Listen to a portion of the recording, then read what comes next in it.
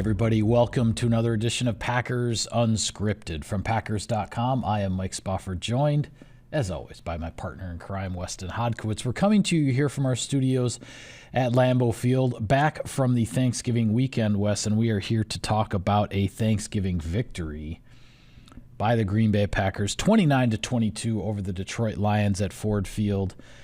And there are wins and there are big wins, Wes. And I think for the first time this season, for the first time probably since week 17 last year when the Packers beat the NFC North champion Minnesota Vikings rather soundly at Lambeau Field, we can say the Packers chalked up a big win. This is the biggest one of 2023 so far, a good one for the Packers to get. As the great Roy Jones Jr. once said, y'all must have forgot, because the Green Bay Packers showed up in Detroit. And I'll tell you what, man, I think the popular sentiment in that locker room afterwards, you were with Jordan Love and Matt LaFleur, but listening to Kenny Clark and Christian Watson and a lot of these vets say, there weren't a lot of people giving us a chance in this game, but they believed. And if you look at one of the most common denominators between where the Green Bay Packers have been from week 1 to week now 13, it's been belief. The execution hasn't always been there. Right. Sometimes there's been a few more mistakes than Matt LaFleur would have liked, but this team always believed. And with a 17-man injury report, with 4 of the 5 guys who are questionable for this game not being able to play, right. They only had A.J. Dillon available, this team was undeterred. And it didn't matter if it was Jordan Love having another 3-touchdown, 0-interception game, or Christian Watson having his biggest game of the season, the young receivers defensively, Rashawn Gary stepping up in a huge way. When Matt LaFleur gives everybody a game ball afterwards that's on the roster, it speaks to the Packers quite literally needing everybody on that game day, active 48, and they found a way to get it done. Yeah, I mean, when you look at how banged up the Packers were coming into this game, you're shorthanded at running back, you're shorthanded at wide receiver on the offensive side. On the defensive side, your secondary is still banged up. You've got a lot of backups and reserves playing there. You're not full strength at inside linebacker. So where did this game have to be won? It had to be won up front. The Packers were in good shape on their offensive line. They were in good shape on their defensive line. And those were the 2 units that, quite frankly, got it handed to them by the Detroit Lions back in week 4 at Lambeau Field. And don't think that NFL players don't remember that kind of stuff, right? I mean, the Packers completely turned the tables in the trenches in this game compared to the first matchup with the Lions this season, and that was the difference. The offensive line, the plan with the tight ends and the double teams and the chip blocks, they took Aiden Hutchinson out of the game, and he was the guy who completely wrecked the game back in week 4. I've got a whole bunch of clips in my what you might have missed, all the different ways that the Packers took care of Aiden Hutchinson and did not let him become a factor in this game at all. But on the flip side also, the defensive front, you mentioned Rashawn Gary. He goes back to the stadium in which he tore his ACL last November, and he has a 3-sack, 2 forced fumble game. One of those forced fumbles being a scoop and score by Jonathan Owens, a reserve safety with the secondary all banged up.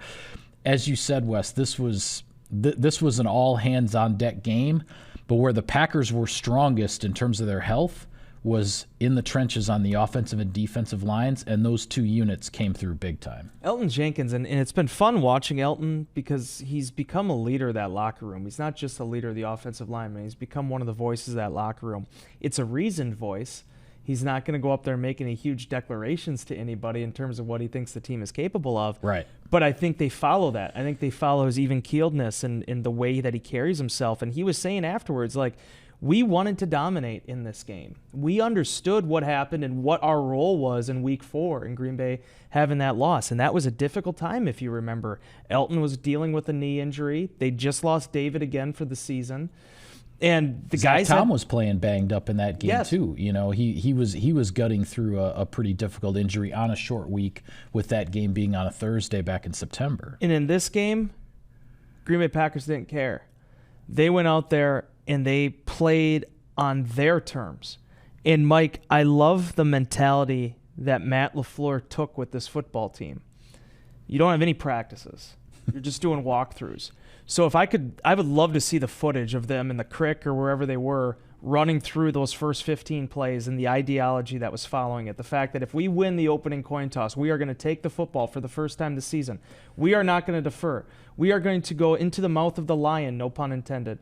Pretty good line, though. Or pun intended. Or pun intended, maybe, if I want to be like that.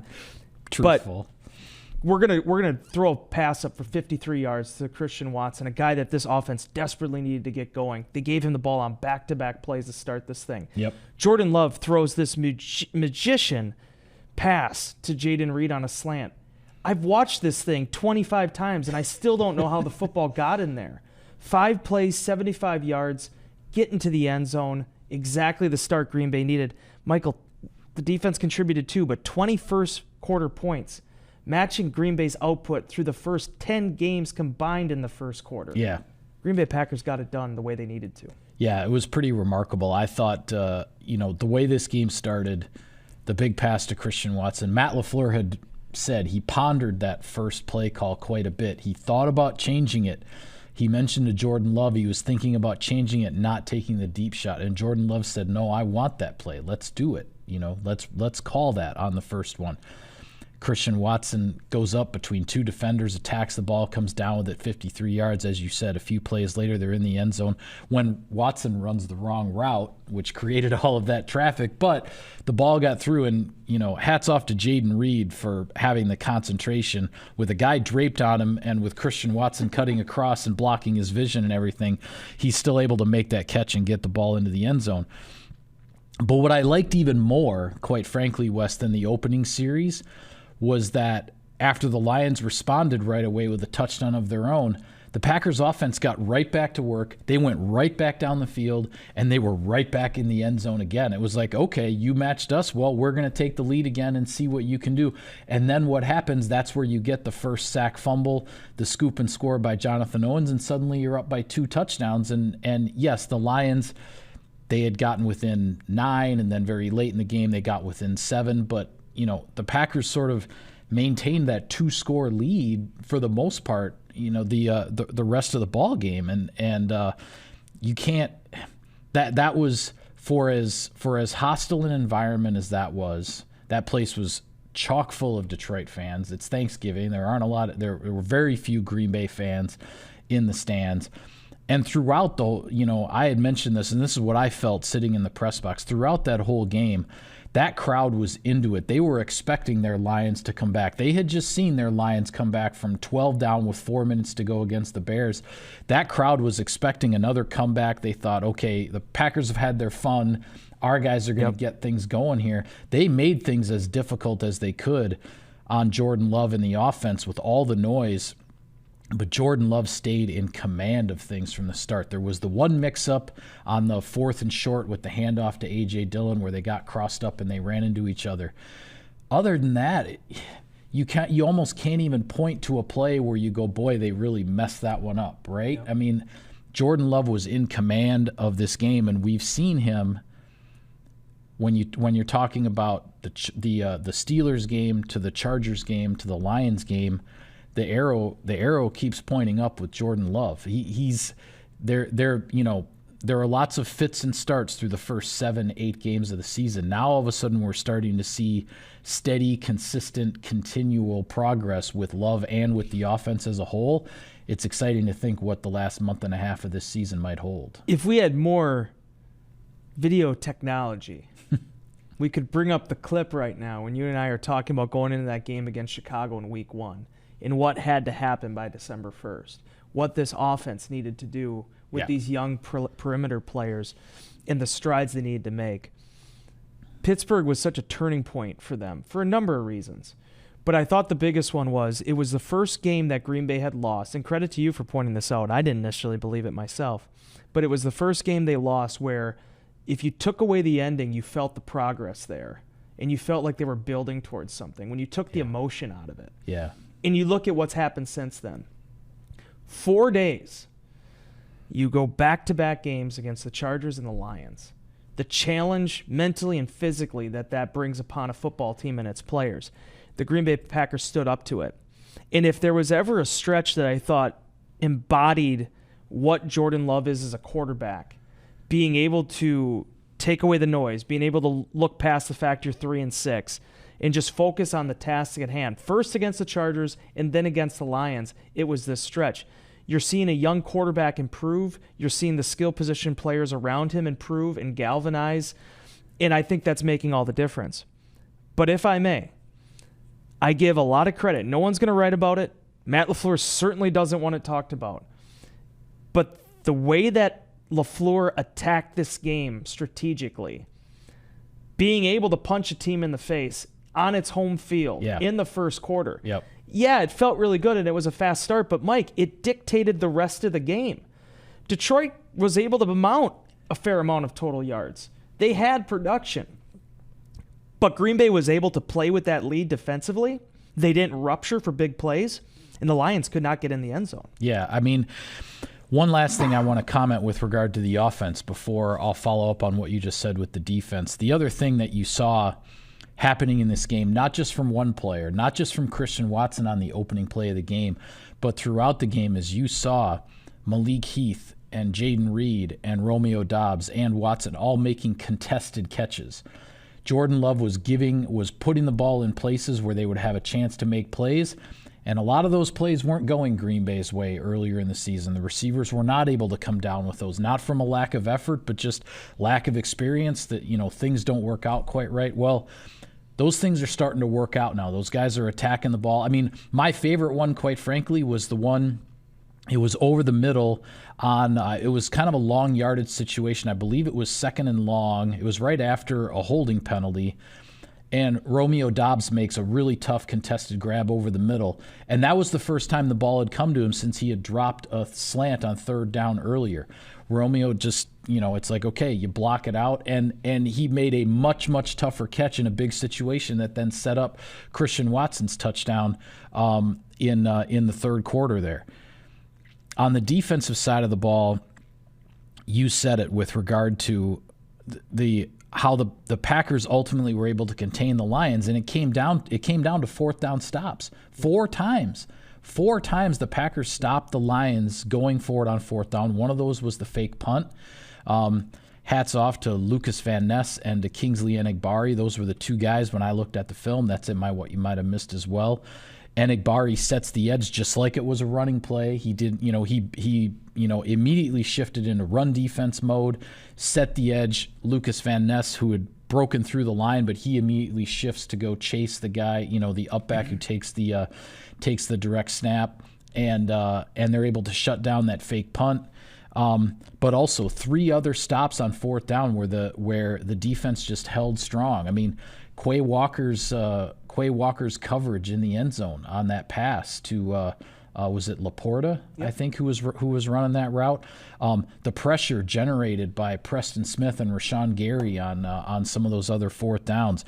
The defense came up big when it had to. And when you talk about the special teams contribution, I mean, Daniel Whelan, how many punts were either fair caught or downed at the 10-yard line or 3 in? Three to 4. Yeah. All 4 inside the 20. Yeah, and one of those was downed at the 2-yard line. You can't overstate how important field position was in this because, as you said, the Lions did rack up a bunch of yards, but at the end of the day, they didn't get the points out of it because they were starting every drive from the 10-yard line. It seemed like, which put the Packers defense in great position.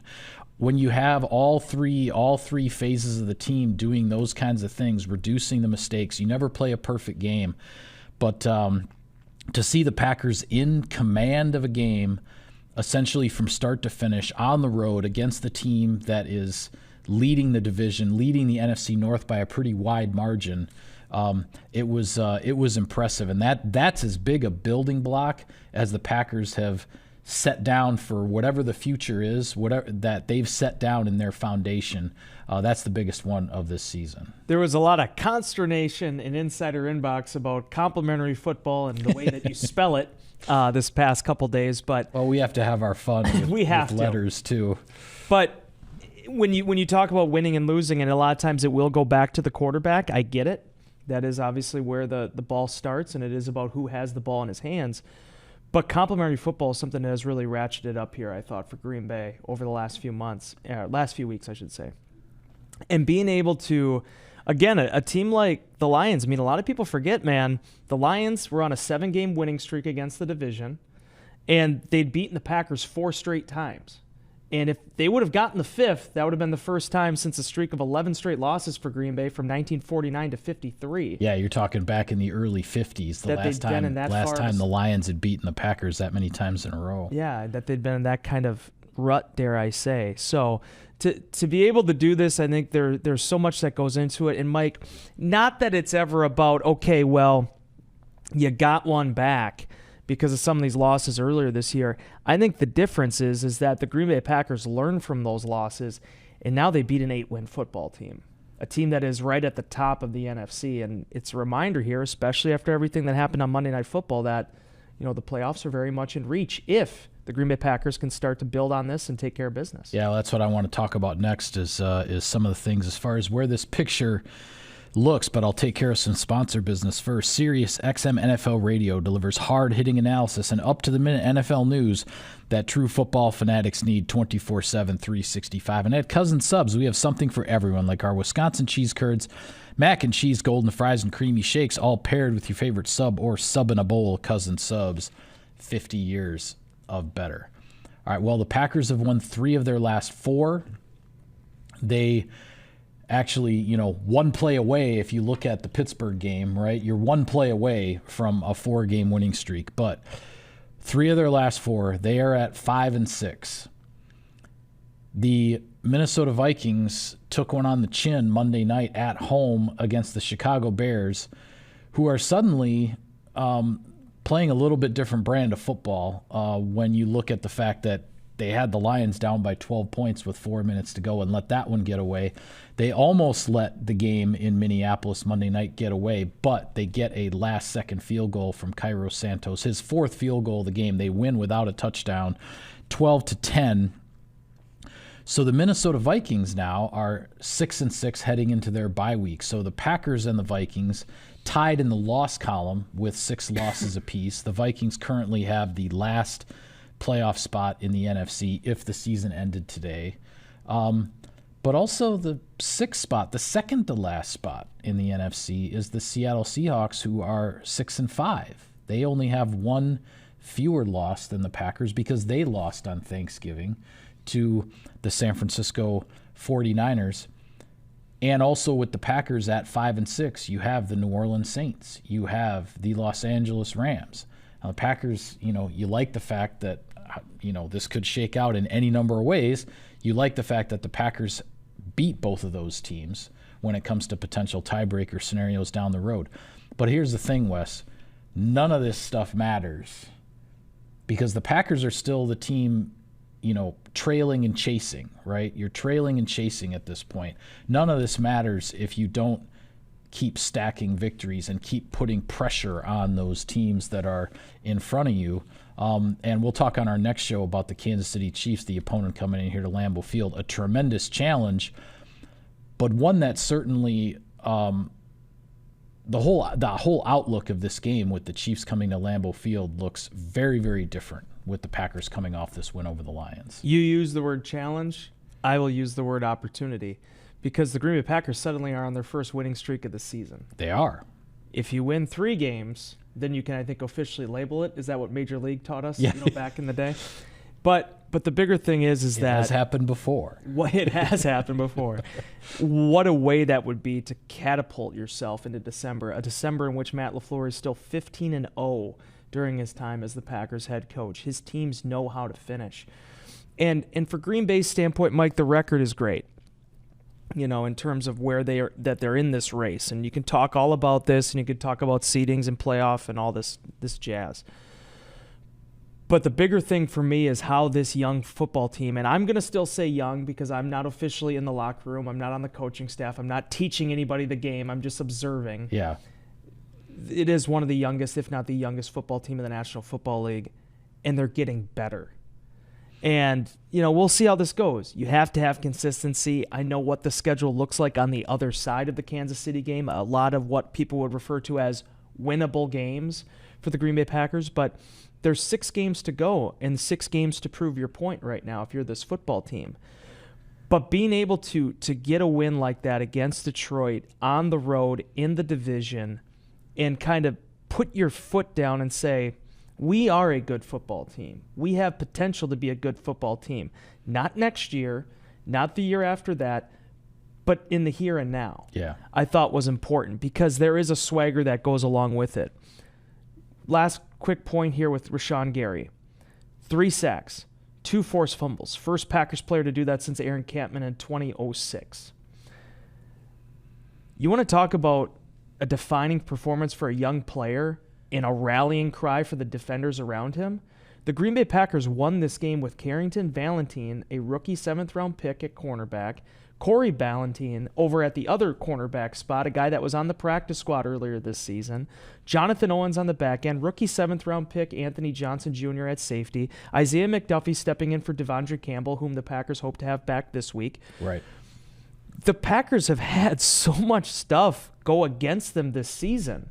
When things start to align, it makes you really wonder about what the possibilities are for really all the phases, but specifically these units that have been impacted by injuries, what their true potential is, because I think you're seeing it right now with the receivers. Yeah, there's going to be, coming off of this win on Thanksgiving and with the hope that the Packers are going to get a little bit healthier and we'll have a little bit more of an update in that regard on our next show, because we'll at least have seen who's practicing on Wednesday when we sit down to do our Thursday show. But the level of excitement that's being generated now by this team and coming into a Sunday night football game against the defending Super Bowl champions and all that, Patrick Mahomes' first appearance in his career at Lambeau Field, everything that goes along with that.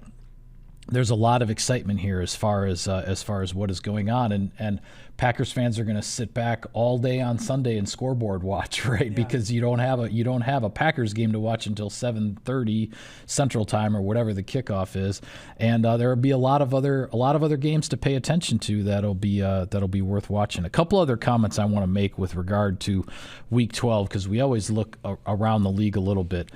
2 biggest things that jumped out at me, Wes, as far as the other results. Also on Thanksgiving, that San Francisco 49ers victory over the Seahawks sure feels like whatever that 3-game losing streak was that the Niners went through is like ancient history at this point. They have put that in the rearview mirror. They are in complete control of the NFC West, and the Niners look like they are ready to make a charge here down the stretch and see where they end up in the seeding with regard to the playoff picture.